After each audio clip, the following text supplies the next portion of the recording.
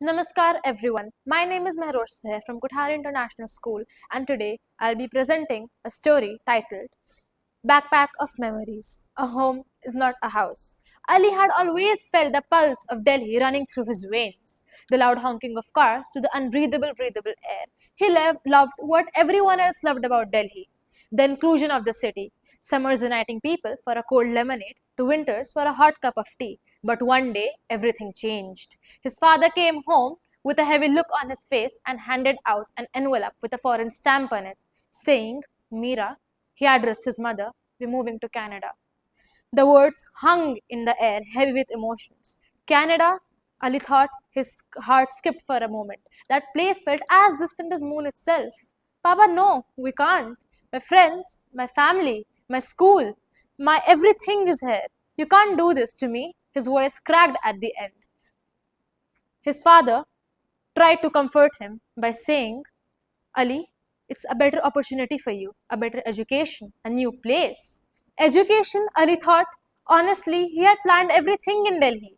What was better than doing DU and studying in DU and JNU, he thought to himself. He hated the fact that he's one of the reasons for moving out of the city, and worst of all, undermining his own city's potential was not something he expected from his father. The remaining days were a blur. He remembered packing a bag filled with every piece of memory he could fit in. The departure was not like the movies or the books he had read or seen. It was not filled with hopes or promises. It was miserable. It was silent, tearful goodbye. His friends tried to smile at him, but they were hollow.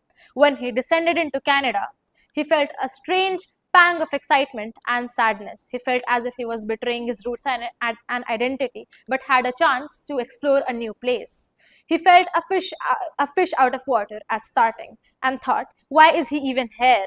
After particularly a bad day at school, where he was always left out, he sat home and started crying.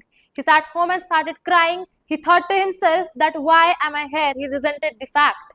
He resented the cold temperature, the cold spirit of this place, until his mother came and comforted him. She handed him a backpack filled with every piece of memory he could have in it.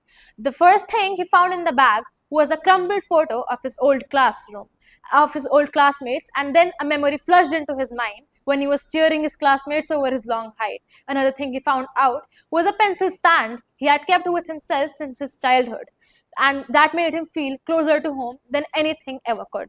The last thing he found out was the prayer beads his grandmother gave him with a note attached to it, stating, Remember Ali, wherever you go, you carry Delhi with you. Wherever you go, this place is with you. You represent it. You behave like it. You act like it. Now it's a part of you. That hit him hard. The lines than anything in the backpack. The next day he tried to change. He tried to smile more at his classmates. He tried to include himself in the groups. And that day when he sat in the evening with his backpack going through all of these stuffs over and over, he realized that after all, home is not where you're born. It's the connections you make. It's the memories you're filled with. And it's the people you bond with.